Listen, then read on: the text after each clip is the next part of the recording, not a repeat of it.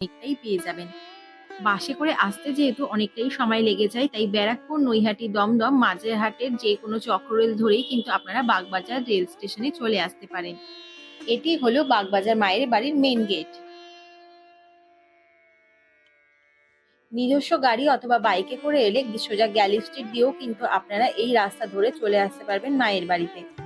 যদি শিয়ালদা হয়ে আসেন তাহলে 240-এ বাস স্ট্যান্ড হলো এই লাস্ট বাগবাজার।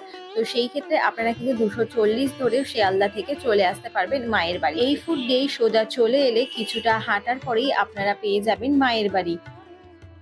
এতক্ষণ আমরা ছিলাম মায়ের বাড়ির মেন গেটে ঠিক অপোজিট ফুটেই, রাস্তা পার হয়ে সোজা চলে এলাম আমরা এই ফুটে। মায়ের বাড়িতে যেতে হলে এই রাস্তা ধরেই আপনাদের সোজা হেঁটে যেতে হবে, কারণ এইখানে কোনো ধরনের কিন্তু রিক্সা, টোটো, অটো কোনোটাই সেরকম ভাবে যাতায়াত করে না। মেন রোড থেকে সোজা একটু এসে ডান হাতের দিকে টার্ন নিলেই এরকম একটা মন্দির দেখতে পেয়ে যাবেন। মন্দিরকে ডান হাতে রেখে এই রাস্তা ধরেই সোজা আপনারা চলে আসতে পারবেন বাগবাজার মায়ের বাড়ি।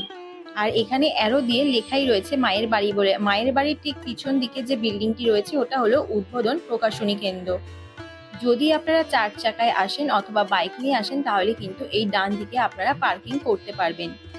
এটি হলো মা শারদা স্বনির্ভর কেন্দ্র, আর এখানে আপনারা বিভিন্ন ধরনের হাতের তৈরি করা ব্যাগ থেকে শুরু করে বিভিন্ন ধরনের শোপিস, এছাড়া রামকৃষ্ণ সারদাবাইয়ের বিভিন্ন ধরনের ছবি এখানে পেয়ে যাবেন। এটি হলো বাগবাজারের মায়ের বাড়ি।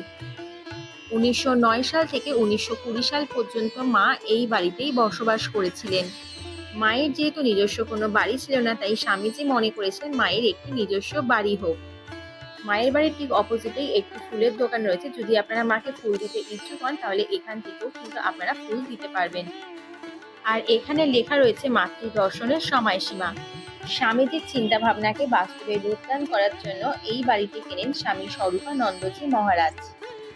এবার চলুন মায়ের বাড়ির ভিতরে প্রবেশ করা যাক। আমরা যেহেতু আজকে গিয়েছিলাম আর আজ যেহেতু গুড ফ্রাইডে, তাই ছুটির দিন পড়ার জন্য এখানে কিন্তু মানুষের ভিড়ও হয়েছিল। জুতো রাখার জন্য এখানে কোনো রকমের পে করতে হয় না। আর এখানে অনেকগুলি জুতোর র্যাক থাকার জন্য আপনারা আপনাদের জায়গা মতোই জুতো রেখে দিতে পারবেন।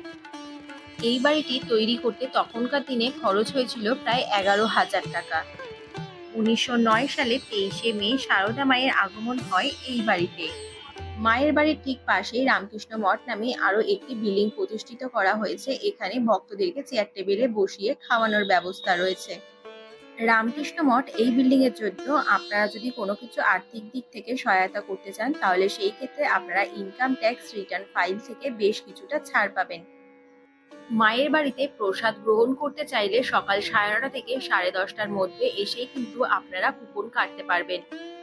10:30টার পরে এসে যদি আপনারা এখানে কুপন চান তাহলে কিন্তু সেই ক্ষেত্রে কুপন পাবেন না। 2025-26 সালের মায়ের বাড়ির অনুষ্ঠান সূচি এখানে দেওয়া রয়েছে। কুপন সংগ্রহ করার পর আপনারা যেখানেই থাকুন না কেন বেলা 11:30টার মধ্যে মন্দির প্রাঙ্গণে এসে হাজির হতে হবে। বেলা ঠিক 12টা নাগাদ এখানে ভোগ বিতরণ করা হয়ে থাকে। এইদিকে তো রয়েছে শু স্ট্যান্ড, আর তার ঠিক পাশেই রয়েছে এখানে দুটো বেসিন, আর এখানে আপনারা জুতো রাখার পরে কিন্তু হাত ধুয়েও নিতে পারবেন। এছাড়াও এইদিকে রয়েছে লেডিস এবং জেন্টসদের জন্য টয়লেটের ব্যবস্থা।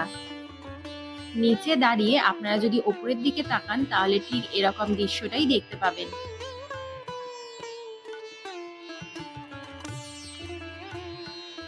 বাড়ির ভেতরে প্রবেশ করার সময় সোজা যেই ঘরটা আপনাদের চোখে পড়বে সেই ঘরটাই হলো অফিস ঘর, আর এখান থেকেই আপনাদেরকে কুপন সংগ্রহ করতে হবে।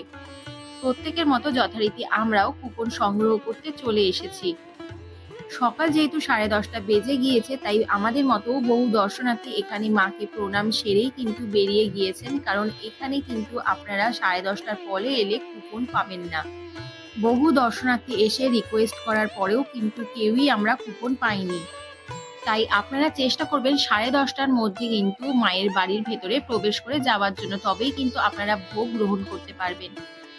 এই হলো মায়ের ঘরের দিকে যাওয়ার প্রবেশ পথ। এই সিঁড়ি ধরেই সোজা ওপরের দিকে গেলেই আপনারা মায়ের ঘর পেয়ে যাবেন। সিঁড়ি দিয়ে ওপরে ওঠার সময় আপনারা মায়ের বিভিন্ন ধরনের ছবি এখানে দেখতে পেয়ে যাবেন।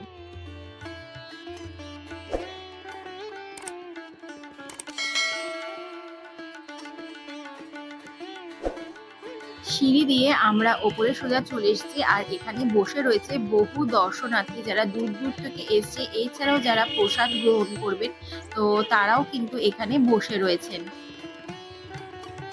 মায়ের ঘরের সামনে দোতলাটিও খুব সুন্দর করে সাজানো গুছানো এবং পরিষ্কার পরিচ্ছন্ন রয়েছে।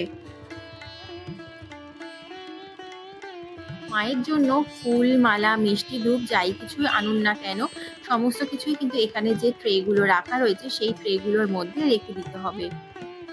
মায়ের এই ছবি সুন্দর করে এখানে সাজানো রয়েছে, তবে এটি ছিল আগে মায়ের পুজোর ঘর।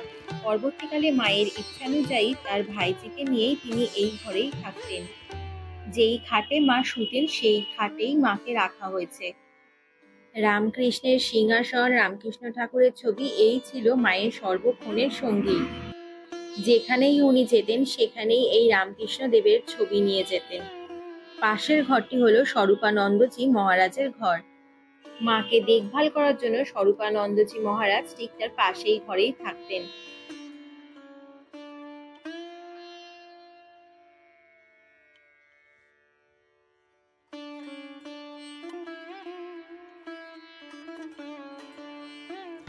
বাগবাজারের এই মায়ের বাড়ি রামকৃষ্ণ মিশনের অধীনস্থ। আজ যেহেতু প্রচুর মানুষের ভিড় ছিল, তাই লাইন কিন্তু শেষই হচ্ছিল না। চেষ্টা করবেন সকালের দিকে যাওয়ার জন্য, কারণ তখন তো মানুষের ভিড় অনেকটাই কম থাকে। সকাল 9:30 10টা থেকে কিন্তু মানুষের ভিড়টা এখানে বেশ ভালোই হয়। দোতলার একদিকে সিঁড়ি দিয়ে ওপরে ওঠার ব্যবস্থা রয়েছে, আর আরেক ধারে সিঁড়ি দিয়ে কিন্তু নিচে নামারও ব্যবস্থা রয়েছে।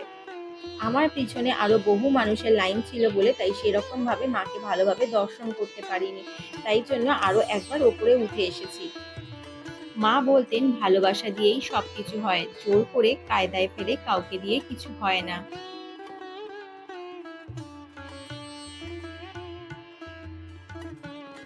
অগত্যা একটু লেট করে আসার জন্য আজকে আমরা কুপনটা পেলাম না। দেখা যাক পরে ভগবানের টানে কোন দিন এসে আবার এখানে ভোগ গ্রহণ করতে পারি।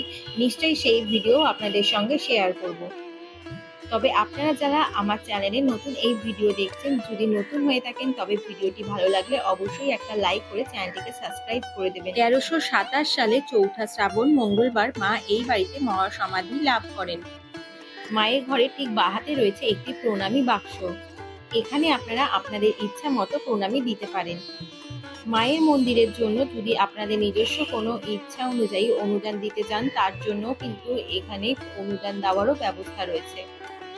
আরেকটা কথা বলি, মায়ের বাড়িতে প্রসাদ গ্রহণের জন্য নির্দিষ্ট কোনো কুপন মূল্য নেই। আপনারা আপনাদের সাধ্য মতোই কিন্তু এখানে অনুদান দিয়ে প্রসাদ গ্রহণ করতে পারেন। মায়ের বাড়ি থেকে সোজা বেরিয়েই আমরা চলে এসেছি উদ্বোধনী কেন্দ্রে। উদ্বোধন এই পত্রিকা প্রকাশের উদ্দেশ্য হলো শ্রী শ্রী রামকৃষ্ণের বাণী ও ভাবধারা দিকে দিকে ছড়িয়ে দেওয়া। রামকৃষ্ণ ভাবধারার বিভিন্ন বই এখানে প্রকাশিত ও বিক্রয় হয়ে থাকে। এছাড়াও রামকৃষ্ণ মিশনের মাসিক পত্রিকাও এখানে প্রকাশিত হয়। শ্রী শ্রী রামকৃষ্ণ ঠাকুর, সারদা দেবী ও বিবেকানন্দের বিভিন্ন ধরনের ফটো ফ্রেমও এখানে পাওয়া যায়। এছাড়াও নানান ধরনের ভক্তিমূলক বইও এখানে আপনারা পেয়ে যাবেন। সঙ্গে সঙ্গে ধূপকাঠি, বাচ্চাদের জন্য বিভিন্ন ধরনের এখানে ভক্তিমূলক বইও পাওয়া যায়। বাংলা, ইংলিশ, হিন্দি বিভিন্ন ধরনের বই আপনারা এখানে পেয়ে যাবেন। এছাড়াও এখানে নানান ধরনের কিন্তু সুগন্ধি ধূপকাঠিও পাওয়া যায়। আমরা যেহেতু মায়ের বাড়িতে ভোগ প্রসাদ পাইনি, মায়ের বাড়ির খুব কাছাকাছি আরো একটি মন্দিরে ভোগ প্রসাদ পেয়েছি। সেটি দেখতে হলে অবশ্যই চোখ রাখতে হবে আমার চ্যানেলে। আমার এই ভিডিওটি দেখার জন্য সকলকে অসংখ্য ধন্যবাদ। ভিডিওটি যদি ভালো লেগে থাকে চ্যানেলটিকে লাইক, শেয়ার, কমেন্ট আর সাবস্ক্রাইব করতে একদমই ভুলবেন না।